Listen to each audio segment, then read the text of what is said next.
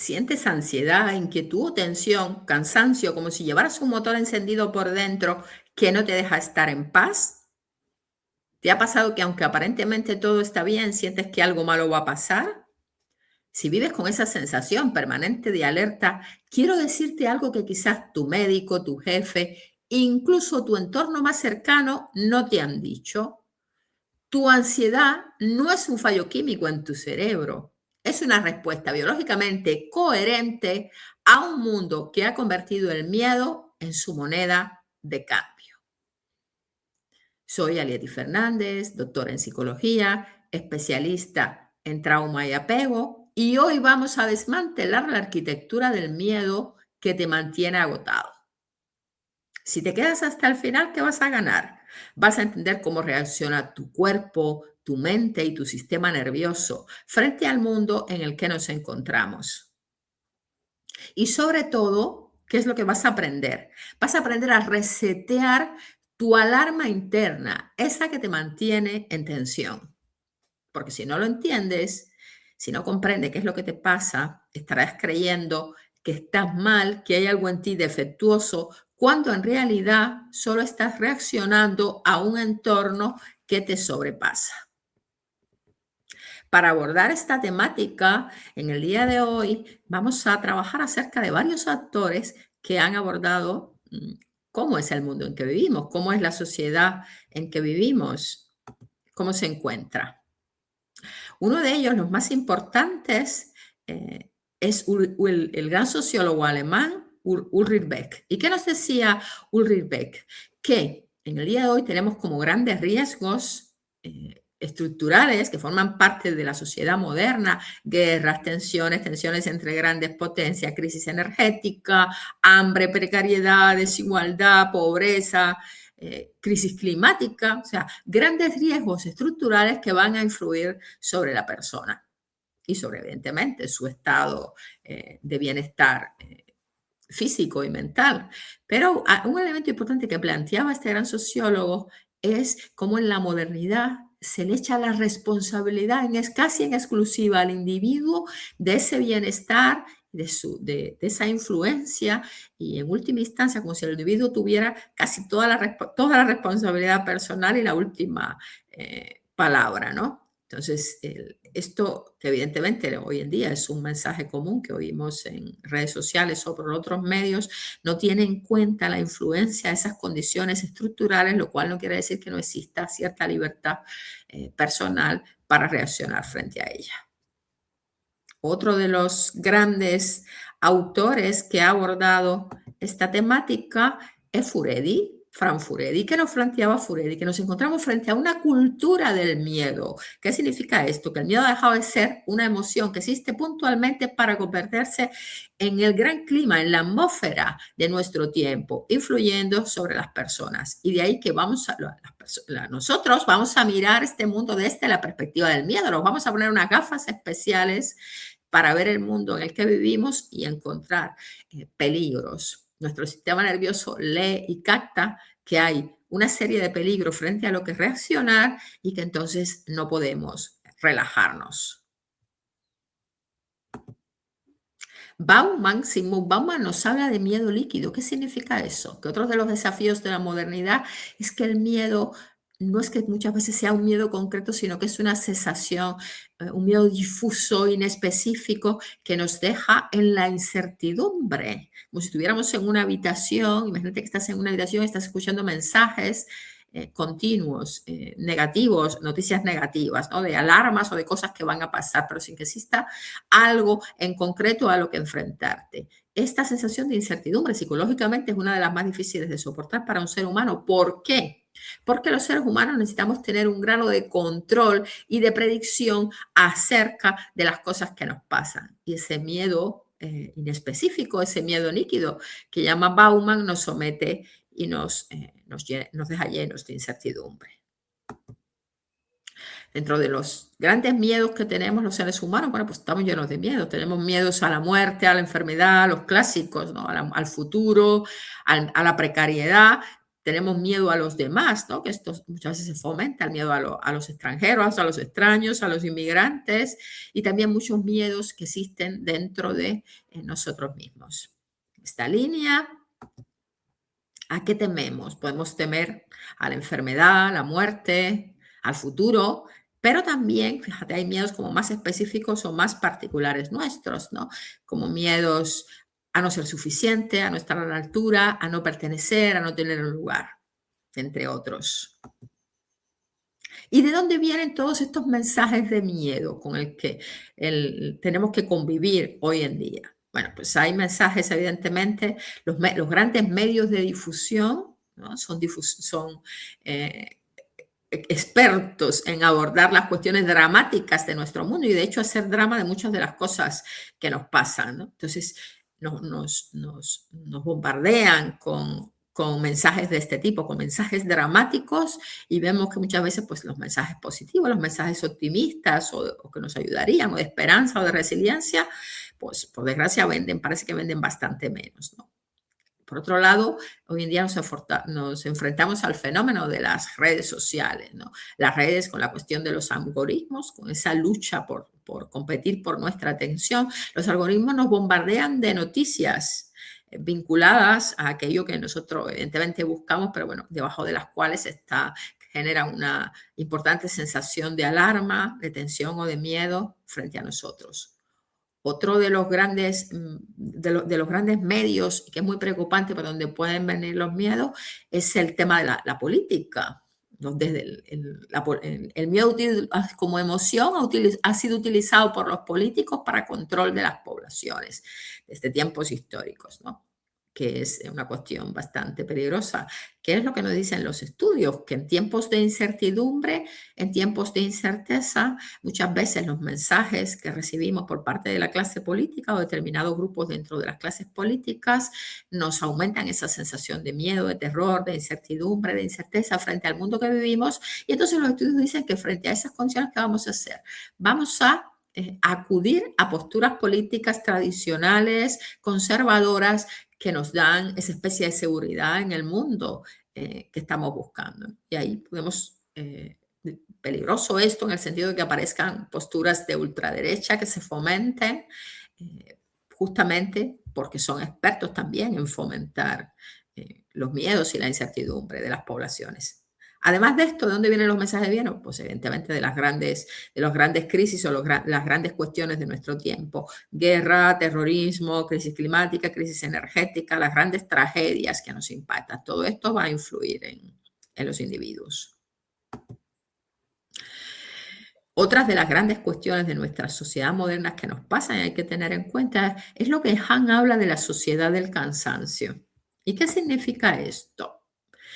La sociedad del cansancio tiene que ver con que tenemos un individuo que se le exige ser productivo, que su valor está en función de si es productivo y del grado de productividad que tiene, un individuo que se autoexige perfeccionista, debajo del cual está muchas veces ese miedo a no llegar, a no estar a la altura, a no pertenecer debajo de esa exigencia. De este modo, Han habla de que en lugar de antes, sobre todo, era una especie de explotación externa, ¿no? Por ejemplo, sobre todo en contextos laborales. Pero hoy en día se habla de la autoexplotación. Nos hemos vuelto nuestros propios tiranos, nuestros propios jefes. Por eso nos parece natural, pues, estar respondiendo en mail a las 11 de la noche. Es una de las grandes cuestiones de esta sociedad del cansancio, ¿no? Con lo cual el individuo se siente culpable si para, siente que no vale si no produce, se desconecta de sí mismo, de sus emociones y de su cuerpo. Esta atmósfera es tan así. Aprovecho este espacio para poneros el caso de una de mis pacientes, a la que voy a llamar Ana, una paciente española que trabaja para una empresa inglesa. Y Ana viene porque se encontraba tensa, cansada, agotada, no sabía exactamente lo que le estaba pasando, no tenía nada exactamente por lo que preocuparse, porque era exitosa a nivel laboral y sus compañeros la valoraban y la reconocían. Pero Ana pues se encontraba tan estresada que no dormía bien de noche, no podía relajarse, tenía incapacidad para descansar. Y fíjate lo que ella me contaba, el clima de su empresa en Inglaterra. Dice, mira, es que estamos todos tan presionados, nos exigimos tanto, trabajamos horas de más y estamos tan estresados como locos que la empresa ha tenido que ponerse a poner medidas de control muy fuertemente desde fuera, explicándonos que esto no era sano y no era productivo que no era sano para nuestro bienestar personal, ¿no? Intentando limitarnos las horas de trabajo que todos voluntariamente echábamos. Y esto tiene que ver con lo que estábamos hablando antes, ¿no? Con la sociedad de la hiperproductividad y el cansancio que se llega a raíz de esa hiperproductividad. Por otra parte, Salposky nos habla del estrés anticipatorio y como decía este autor, el hombre es el único animal que se preocupa, ¿no? Y se anticipa ante peligros imaginarios, ante cosas que no han ocurrido. Este también, bueno, pues evidentemente nuestro cerebro, sabemos hoy en día que reacciona igual ante una alarma real que ante una imaginaria. Si estamos anticipando peligros, situaciones difíciles continuamente con nuestra mente, pues tenemos muchísimas más probabilidades de estresarnos y de estar sometidos bueno, pues a condiciones de ansiedad, de tensión que no son nada productivas, ¿no? El individuo siente que no se puede relajar.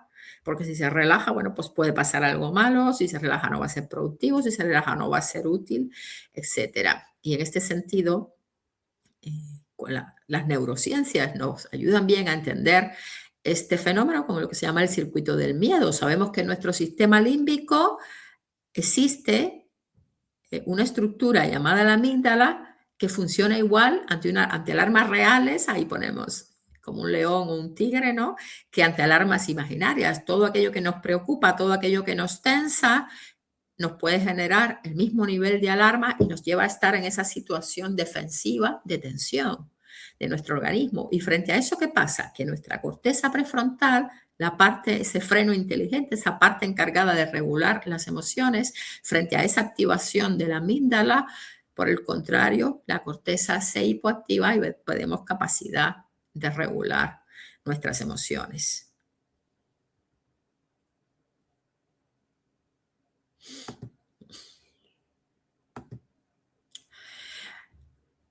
Como decimos, reaccionamos igual ante una alarma real que imaginaria. Y en este sentido, lo que nosotros nos pensamos, las preocupaciones que tenemos y nuestras creencias acerca de nosotros mismos, del mundo, de las demás personas, de cómo debemos de reaccionar, también se pueden convertir en elementos que nos provocan tensión, ¿no? Dentro de las creencias más comunes que provocan estrés crónico está aquella de que si no estoy en tensión o estoy en alerta, algo malo va a pasar. Con lo cual, esta creencia nos dificulta, evidentemente, relajarnos, nos dificulta descansar. Y bueno, pues está en la base de muchísimos problemas que tenemos, por ejemplo, como los problemas del sueño, porque si nuestro sistema nervioso está en la guerra no se duerme. Otra de las grandes creencias, ¿no?, que pueden llevarnos al estrés crónico, que hemos comentado antes, es que mi valor depende de lo que produzco. Si no soy suficientemente productivo, si no soy suficientemente bueno, pues evidentemente no valgo, ¿no? Y la última creencia, que también es muy preocupante y que he puesto aquí como ejemplo que nos puede llevar al estrés crónico, se trata de que el mundo es un lugar hostil por definición, lo cual tiene que ver, como comentaba antes, con muchos de los mensajes de los medios, de los políticos, de las redes, entre otros, ¿no?, que nos llevan al escenario de que tenemos que desconfiar en los seres humanos, que el ser humano es hostil por naturaleza, hay que desconfiar de los otros, hay que desconfiar de nosotros mismos, etcétera, ¿no? Esto es importante porque también crea la base para producir problemas de salud mental. ¿Por qué? Porque los seres humanos necesitamos, parte de lo que necesitamos es esa confianza, tanto en los demás como en nosotros mismos. De ahí que estas creencias frente al estrés crónico tienen que ver con que ni confío en mí, ni confío en los demás, ni confío en el mundo en el que estoy.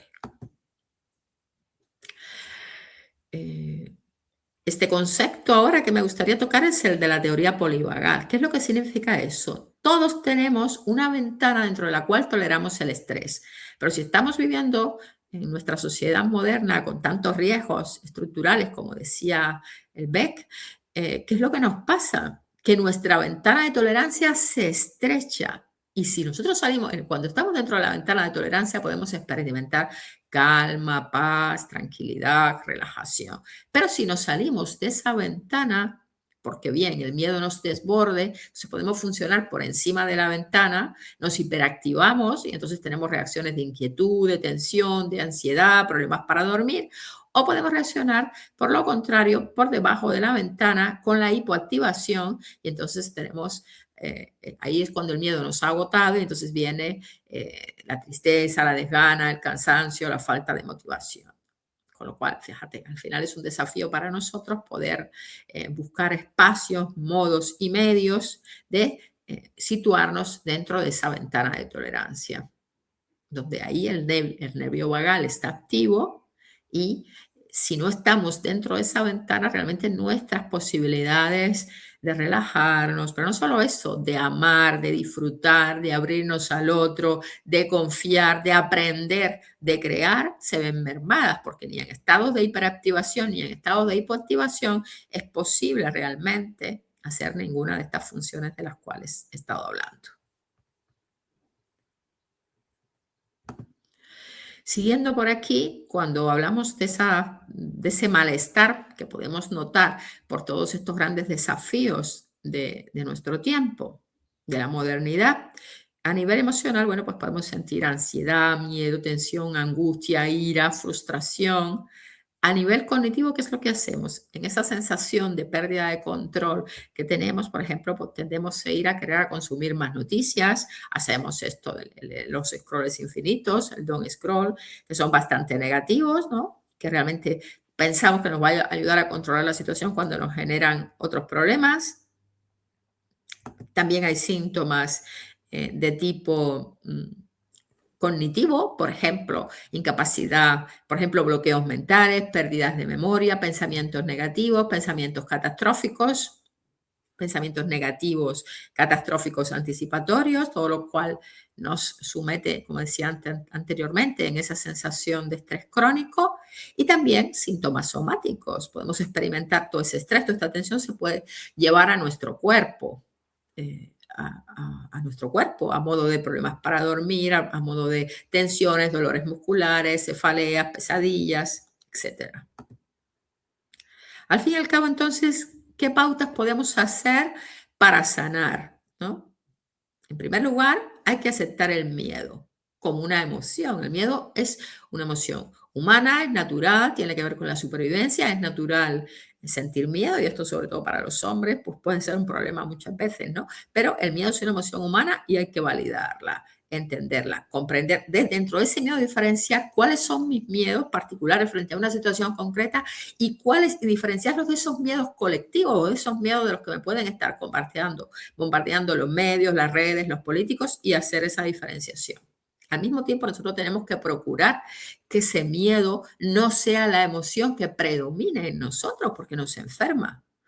Y nos enferma física y nos puede, físicamente, el miedo inhibe el sistema inmunitario, pero también nos puede enfermar, evidentemente, mentalmente. Debajo de muchos de estos miedos, pues, como hemos comentado, hay cuadros de ansiedad, de tensión, de depresión, etcétera. Entonces, un objetivo nuestro va a ser volver a nuestro cuerpo y escuchar sus señales. El cuerpo es ese templo sagrado que nos dice dónde estamos, qué nos pasa, dónde están nuestros límites, aprender a observarlo, a respetarlo, si estar cansado, no insistir en seguir funcionando, seguir siendo productivo. La parte importante es esa vuelta al cuerpo, ese encontrar calma y paz y escuchar las señales que nuestro cuerpo nos está queriendo decir. Por otra parte, aquí he puesto como punto 3, hay que reducir la exposición a noticias, a mensajes políticos negativos, hay que diferenciar bien ese tipo de mensajes que estamos recibiendo y la exposición a noticias, sobre todo, por ejemplo, tener una rutina saludable en cuanto al consumo de redes sociales, no oír redes por la mañana, no oír redes por las noches. Si vas a oír noticias, preferiblemente en lugar de recibir ese impacto de todas esas imágenes que nos vienen, es mucho más interesante, por ejemplo, leer noticias, que ahí activamos otra parte de nuestro cerebro, que es la corteza prefrontal, y ahí podemos analizar y pensar mejor, ¿no? Tenemos que revisar qué creencias estamos teniendo, estas que he comentado, anteriormente, acerca de que no soy válido si no produzco, acerca de que no me puedo relajar en este mundo, tengo que estar activo siempre, no puedo descansar porque entonces pierdo el tiempo. Todo ese tipo de creencias, darnos cuenta de qué tipo de creencias estamos y qué tipo de pensamientos negativos, catastróficos estamos teniendo que están fomentando nuestro estrés. Y al mismo tiempo también tenemos que mejorar la confianza en nosotros mismos y mejorar la confianza en los demás. ¿Y en nosotros mismos en qué? Fijaos, la confianza es el antídoto del miedo. ¿Qué significa esto? Tenemos que entender cuáles son nuestras zonas de fortaleza, qué recursos personales tenemos, qué recursos nos van a ayudar, que son nuestros, que nos van a ayudar a gestionarnos frente al mundo, a gestionar ese estrés, ¿no? Y también aprender a volver a recuperar esa confianza en los seres humanos que es tan importante. El apoyo social. El apoyo social justamente es en el contacto social con otros seres humanos en que también podemos tranquilizarnos, podemos relajarnos, podemos llegar a esa zona dentro de la ventana de calma, de paz, de tranquilidad. Y es muy interesante que en ese contacto social, fíjate, se libera la hormona del apego, que es la oxitocina, una hormona que nos permite relacionarnos, calmarnos, disfrutar, aprender, fluir frente a la vida, que es muy importante. Sanar, como decimos aquí, es validar el miedo, volver al cuerpo y sobre todo mejorar la confianza en ti mismo y en los vínculos seguros. Reducir la alerta no es ignorar la realidad, es proteger tu templo biológico, que es tu cuerpo, para poder actuar en él con claridad. Pero no quiero dejar este vídeo hablando solo de las soluciones individuales. Como decía Ulrich Beck, no podemos echar toda la responsabilidad en el individuo frente al manejo de estas emociones, de estos miedos, de estas tensiones, esta ansiedad que tiene un origen colectivo, un origen estructural que tiene que ver con los grandes problemas de la modernidad, ¿no? Entonces, tendríamos que hacer también algunas reflexiones colectivas para aquellos organismos, instituciones, estructuras que están encargados justamente de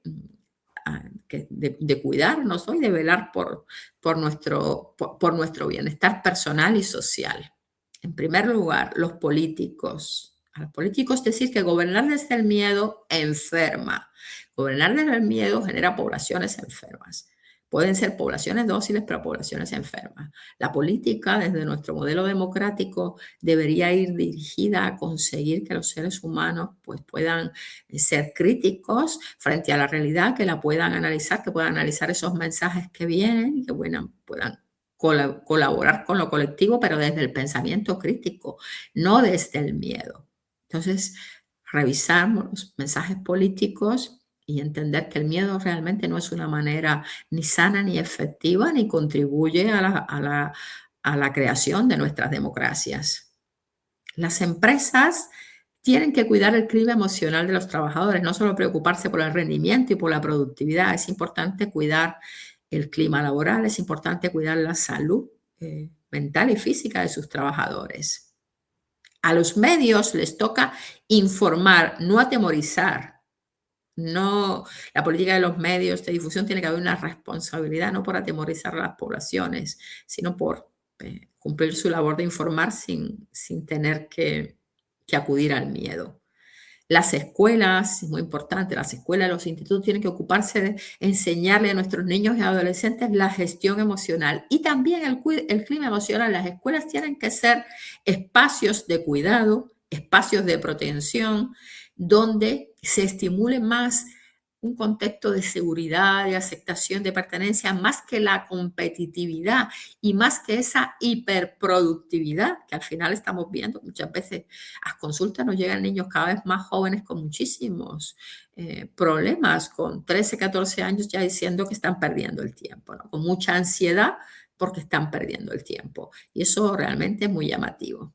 Y por último, y no por menos importante, la familia. La familia tiene que ser el sitio de apego seguro por excelencia. Fíjate que si los padres están dominados, son modelos que están dominados por el miedo, con mucha dificultad, con ansiedad, con tensión, con estrés, con dificultad para relacionarse, van a ser los primeros que van a transmitir y contagiar estos miedos a sus hijos. Por otra parte, la familia, el clima, la comunicación, tiene que ser también un clima de apoyo, de cuidado, de pertenencia.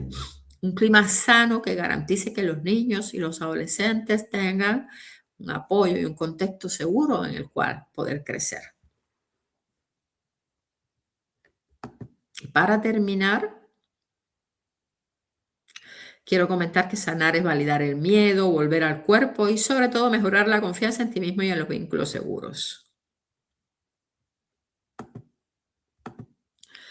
Soy Alieti Fernández, ya terminamos esta exposición de hoy, este vídeo. Si este vídeo te ha ayudado a ver tu ansiedad no como un fallo, sino como una respuesta que podemos transformar, te espero en los comentarios. Me gustaría que me dijeras cuál es la de estas creencias que hemos hablado, cuál es la que más te cuesta soltar y que puede estar en la base de tu estrés, de esa tensión o sensación de alarma de la que hemos estado comentando. Si te interesan estos temas, te pido que te suscribas a mi canal, Entiende tu mente con Alieti Psicóloga. Activa la campanita para notificaciones y espero que este contenido te haya ayudado y si te interesa, bueno, pues vamos a abordar y ver con más profundidad en próximos vídeos toda esta temática que hemos estado comentando.